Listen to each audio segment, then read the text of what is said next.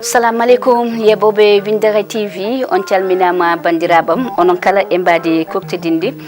en jetti Allah tigi dokkude kattande e bawal ha gartude e émission meden fodde kono on jettata jarno don onon rewintobe jawte meden e Windere TV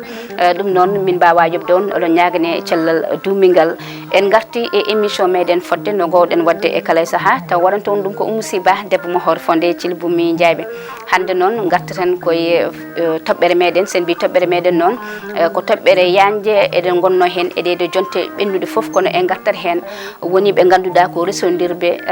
manam so tawi ko gorko daññodo debbo goddo serti e on don debbo adda debbo goddo walla so tawi ko rewbe dido gonno goto yaha heddo goto kono jaado o taw kanyum en woppi don sukaabe mudum so tawi a woppi don sukaama ma non so tawi eden biya ko gorko tigi kanyum raddoyta kanyum addata kono so tawi ko needi en ba wiide ko goggiraado ne har woni mo bawda tuttude fof a tanka nani e der galle he kono ko buri hen hewde jomum serete e galle yalta woppa don sukaabe mudum manam goggu mumen neha dumen walla gardo kanyum ne kanyum lumti don kanyum neha sukaabe kono ko buri hen hewde saha ada tawa odo hankante ko needo hoore mudum ha pari kono ada tawa beedo ko sukaabe en namdi needi en namdi toppirede no moƴƴi kono saha lawol ma ala hen e be podden wiide non wona kambe fof mbayi non ngara biya baade ko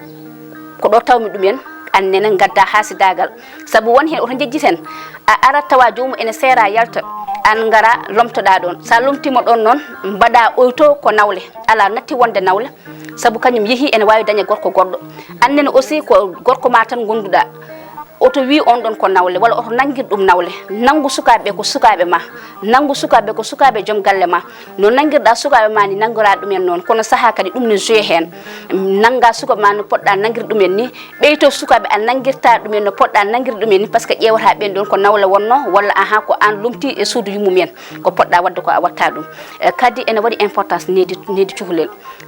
toppirde no podda toppirtade ay ene heewi hande neha cukalel daña ko an dañant en heewi hande sukaabe hande taw ko goggu mumen nehi dumen e der galle moƴƴina jorna ndawna to foti rewdude do jangde mumen koltu mumen ha e nyamdu mumen ha e yardu mumen so mawni kala ko dañi ko ben gaddanta be goppata yummabe de kono annen e hoore ma be goppatama kono ko buri hen hewde surtout enen rewbe be enen nan hen ko jeeyaka hen eden nan hen kiram eden nan hen hasidagal eden nan hen ko biyam baade mi jibinanimo no wela yo wonir e der galle dum kadi mbaɗi sikki en potani wadde ɗum kono annene gorko an ƴettude sukaaɓe ma desnuɗa ɗumen debbo ma aɗa foti yurnitade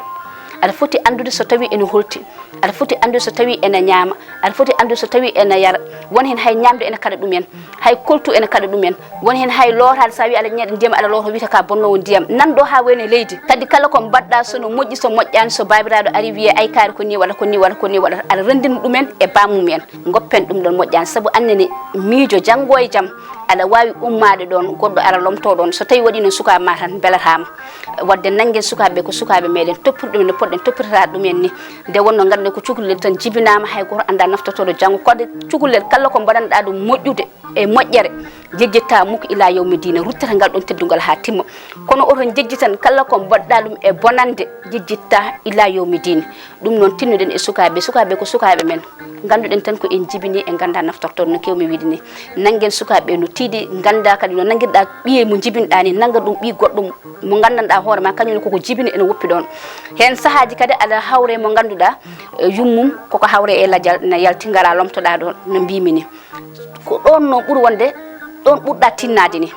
kono ko ɓuuri hen hewde bandam en ko ɓuuri hen hewde rewɓe ɓe ene ɓawli ɓerde ɓe ponmi wiide ɓe noon ponmi wiide ɓe saha aɗa ƴetta ɓiye taw ko ɓi joom galle ma ko ɓiye ni kono torkina ɗum tampina ɗum kada ɗum jonde e darde ndendina ɗum e aduna vraiment ɗum ne hessini ha tentino e debbo podɗo hufde debbo podɗo ñamminde debbo podɗo yarnude debbo podɗo rewnude lawol so tawi a tellima lawol ma tan mbaɗi sikki yaltatama saabu so tawi a bonni ɓi jano tan ko ɓiyen bonnuɗa tinnuɗen hen no fewi so tawi en gaddanama sukaɓe nanggen no poɗɗen nangirde ni so tawi ka lomtide e suudu sukaɓe ɓen ɗon nangirɓe no poɗɗa nangirde ɓe ni nangirɗa sukaɓe maɗi nangiraɓe noon won hen kadi aussi ene toppiti sukaɓe joom galleji mumen wona kamɓe foof mbayi noon won hen sukaɓe joom galleji mumen ni ɓuuri yidde hayɓe sukaɓe jibini ene tindina ene moora ene ñammina ene yarna jangde mumen no toppiti kala ko ganduɗa hoore ma ko cuhla yidde ene waɗa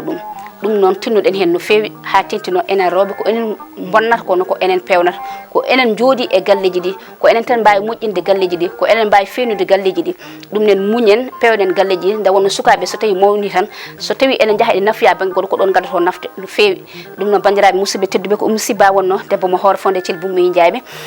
mi rokkon rendez vous inchallah e jewte men goɗɗo so Allahu lamɗo o jaaɓi image mo jiito noon ko Oumar Doro Coumé gorko Mouhamadou Hounare ɗum noon Allah jarama on jarama merci